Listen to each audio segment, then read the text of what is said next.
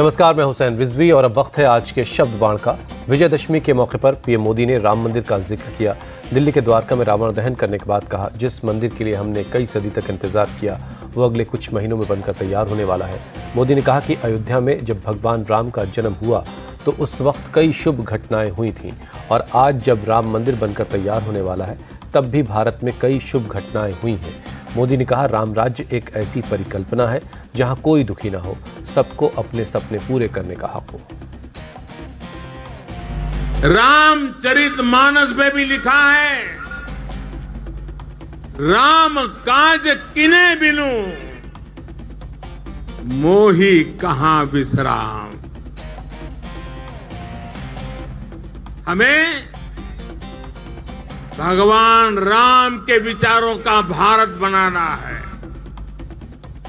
विकसित भारत जो आत्मनिर्भर हो, विकसित भारत जो विश्व शांति का संदेश दे, विकसित भारत जहां सबको समृद्धि और संतुष्टि का एहसास हो।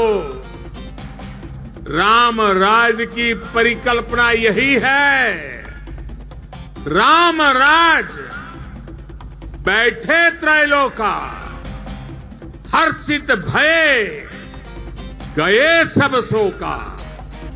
यानी जब राम अपने सिंहासन पर विराजे तो पूरे विश्व में इसका हर्ष हो और सभी के कष्टों का अंत हो।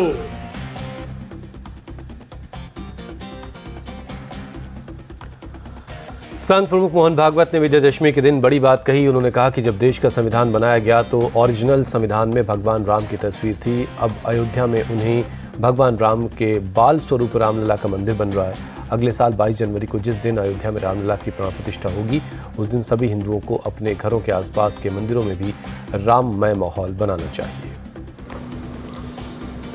हमारे संविधान के पृष्ठ पर जिनका चित्र है वो हमारे राष्ट्रीय आदर्श भगवान राम, उनके बाल स्वरूप का रामलला का मंदिर अयोध्या में बनने जा रहा है। अपने मंदिर में रामलला प्रवेश करने वाले हैं 22 जनवरी को। यह प्रसंग हम देखने वाले हैं।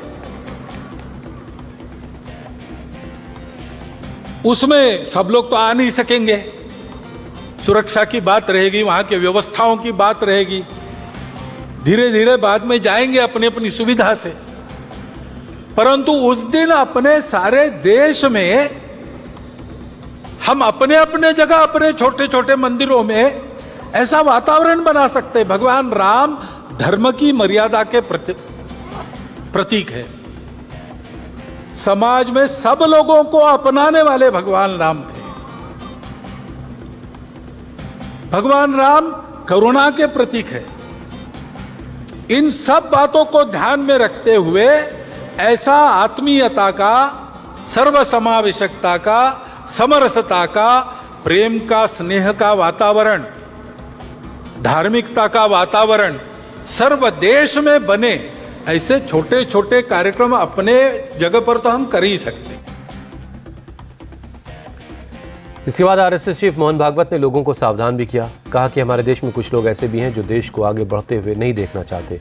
भारत की प्रगति को रोकने के लिए लोगों को मजहब और जाति के आधार पर बांटने की कोशिश हो रही है। मोहन भागवत ने कहा कि इस वक्त ज्यादा सचेत रहने की जरूरत है क्योंकि कुछ दिनों में विधानसभा चुनाव है, इसके बाद लोकसभा इलेक्शन भी है। गड़बड़ी फैलाने वाले इस मौके की ताक में है। भागवत ने कहा कि कट्टरता हमारे देश में भी है, इसे खत्म होना चाहिए।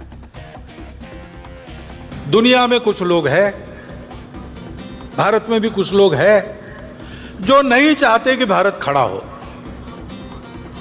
और इसलिए समाज में कैसे विभेद पैदा करना, समाज की सामूहिकता जो निर्माण हुई उसको कैसे तोड़ना, अलगाव और टकराव कैसे पैदा करना।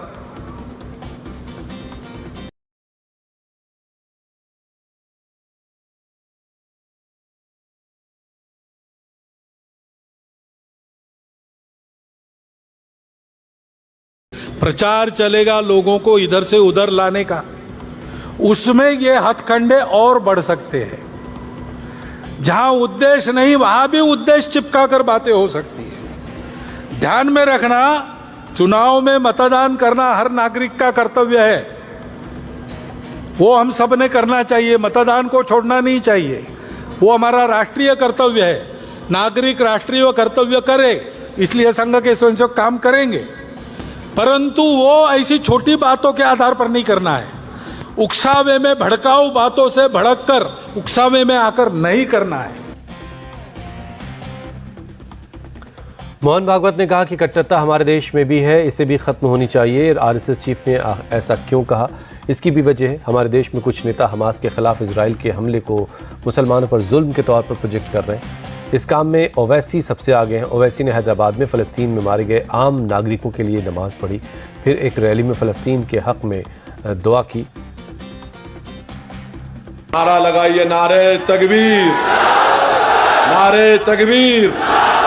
फ़लस्तीन, फ़लस्तीन, गाज़ा की आवाम, गाज़ा की आवाम। मेरे अजीज दोस्तों और बुजुर्गों, आज तक कब असद साहब का नाम लेते पागल। अब तक इजराइल की जानिब से हमले में 5080 लोगों की शहादत हुई है, जिसमें से 2000 बच्चे हैं, 1119 खवातीन हैं, 190 ज़ईफ लोग हैं, 15,890 लोग जख्मी हैं, 50,000 खवातीन गाज़ा में प्रेग्नेंट हैं। इसीलिए आप तमाम से मेरी गुजारिश है कि आप दुआ करिए गाज़ा की आवाम के लिए।